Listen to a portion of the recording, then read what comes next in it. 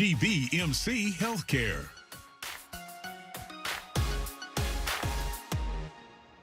Did you know that roughly 8 out of 10 Americans will experience back pain in their lives? And according to the CDC, over 50,000 people a year will have a back injury in the winter. Well, here to help prevent us from becoming another statistic is Dr. Bimal Rami from GBMC. Welcome. Thank you. Thank you for having me. All right. So talk to us. Are cold temperatures usually associated with an increased risk of back injuries? And if so, why?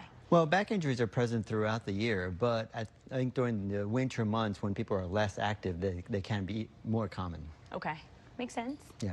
And along with that, the activity that we engage in during the holidays, like shopping and decorating and all the snow shoveling and things like that, can increase the risk of injury. We're moving around a lot more, especially during the December months.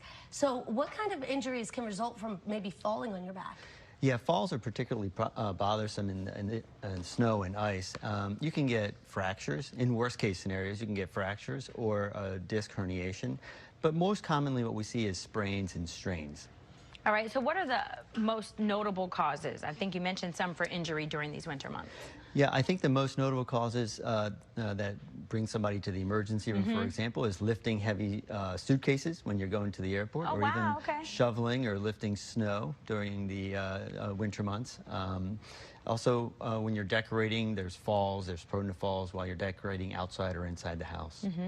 Okay, so can you provide any helpful tips on how to prevent these injuries? Yeah, I think the best advice I can give somebody is to stay active and try to warm up if you can. For example, if you're about to go out and shovel some heavy snow, you should do a little bit of warm-up exercises before you get out there. Get your heart rate up, get your muscles warmed up, and then go out there. Along with that, you want to try to break up that activity as much as possible. Be it shoveling snow or decorating, try to break it up, take a break once in a while just to give your body some time to relax. A little hot cocoa in between the shovels, I think we can all get down Can't with hurt. that. Can't hurt. You need to tell the men that especially, right? Yes. You know, family's over, they're like, I got it. Okay, so let's say that somebody does get hurt. Okay, so then how do they know when it is serious and when they should be talking surgery? Right, that's a good question because most of the time these things are sprains or bruises and they get better within 7 to 10 days. Okay. The time to get worried is if the pain, number one, does not resolve within 7 to 10 days, or if the pain starts to shoot down the legs or cause weakness. Those are the real episodes where you want to seek medical advice. Okay, so where can we go for more information if we feel like we need to know how to prevent all this, or if we feel like we might need your services? Absolutely, yeah. There's lots of websites. At our website, there's a link that you can look at. We'll go over some of the risks of injuries and things like that. You can also make an appointment to see us in the office if you feel the need.